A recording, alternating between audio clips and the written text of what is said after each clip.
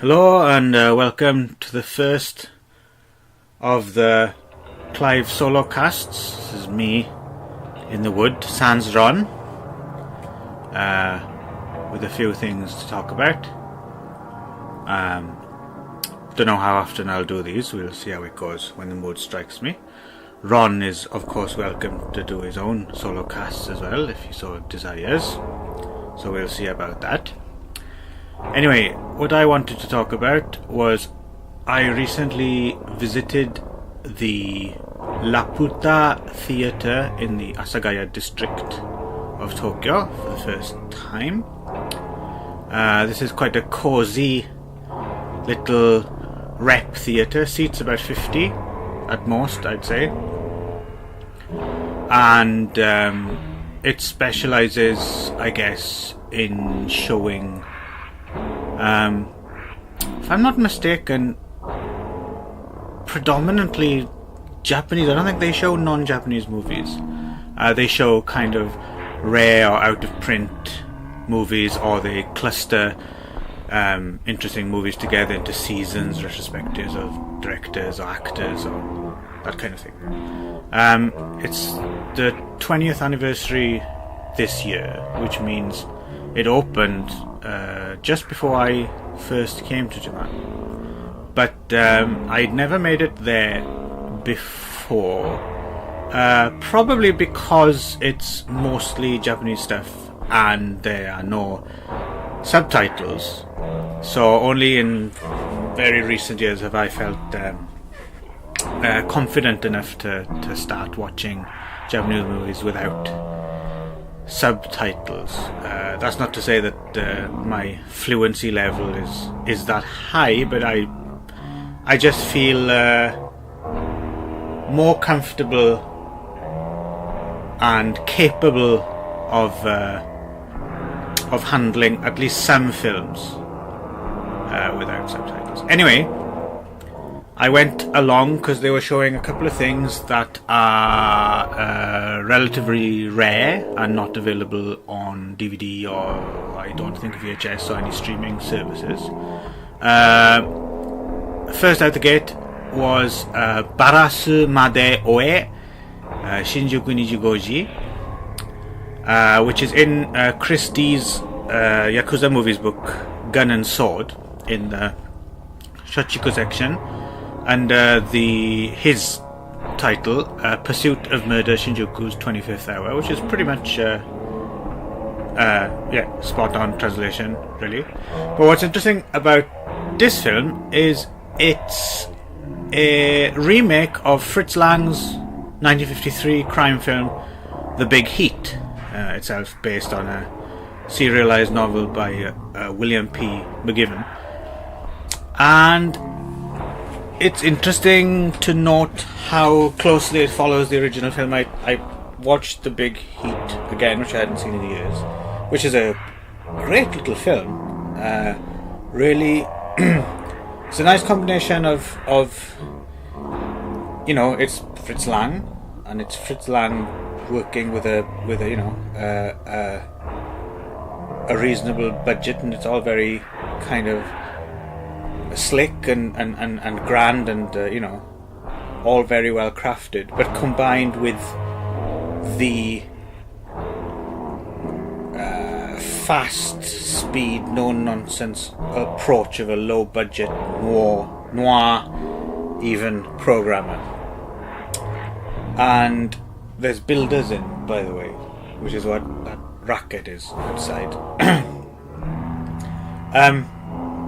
So anyway, you have Shigeru Amachi as the detective, played by Glenn Ford in the Fritz Lang movie, investigating what appears to be a cut-and-dried suicide by a policeman who's left a ledger with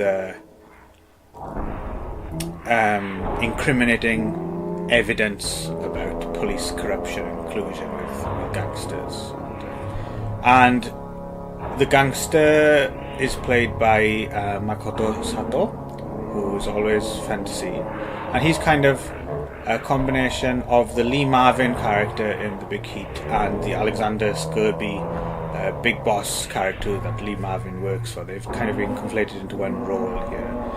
As I said, it follows most of the beats. Shigeru Amachi's wife dies in a car bomb, and Makoto Sato chucks boiling water in his mole's face rather than the coffee that Lee Marvin threw at Gloria Graham. Gloria Graham's character is played by the very sexy Yoshiko Kayama. And it's kind of, it's interesting. For the casual viewer, I wouldn't bother, especially since you kind of have to go out of your way to see it, seeing as it's not on DVD or anything at the moment. But it's an interesting comparison, and director Kazuo Hase is no Fritz Lang, but then again, neither does he have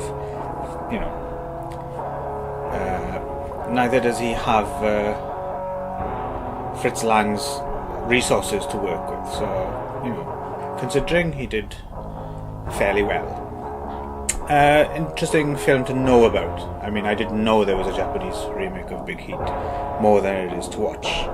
Anyway, this is dragging on a bit longer than I expected. You don't want to listen to me rabbit on by myself for this long. So the second film on my little double bill at the Laputa Asagaya was a film called Shoujo Kamakiri, which kind of translates as Virgin Mantis.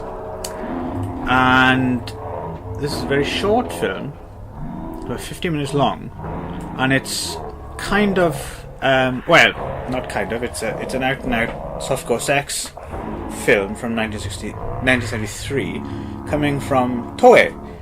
And this is kind of, it's not a very good film by any stretch of it. In fact, it's rubbish, really. But it's interesting in so much as from, the very end of 1971 onwards, when Nikatsu Studios started pumping out the Roman pornos weekly and pretty much exclusively, I think the perceived wisdom nowadays is that they ruled the roost in terms of big studio sex films throughout the 70s, right? So of course you had independents making out-and-out sex movies, and Toei of course did make sexy movies, like the Sasori female scorpion prison. I can never get them in the right order, the words in those titles, but that series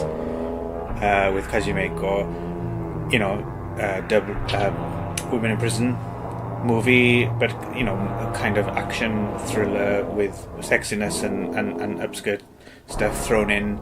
And of course the so-called pinky violence movies, the Skiban, the girl gang stuff. But they're not out-and-out sex films. They're usually, action or yakuza, primarily in those genres, and then they've got some sexiness thrown in. But Toei did make more than a handful, but not too many, maybe about 20 or 25 or something, of just straight ahead sex movies that just fit in that category. And they've retrospectively been dubbed the Toei New Porno line. And they all run about 50 minutes apparently. I'm not sure. I guess they must have been chucked on double bills with other more action-oriented films that ran around 70 minutes rather than 60 minutes, which is why they're this length. I'm not entirely sure. There's not much information about them, even in Japanese. I'm not going to bother with the plot of this film because you don't really care, and it's quite silly. And I wouldn't recommend Shoujo Kamakiri unless you are particularly interested in the minutiae of the 70s softcore sex movie from Japan. And if you are, there's a good chance you know more than I do anyway. Anyway, got that off my chest. So until the next time I feel the need, this is Clive Davis of the Magic Morning Wood, signing off. Bye bye.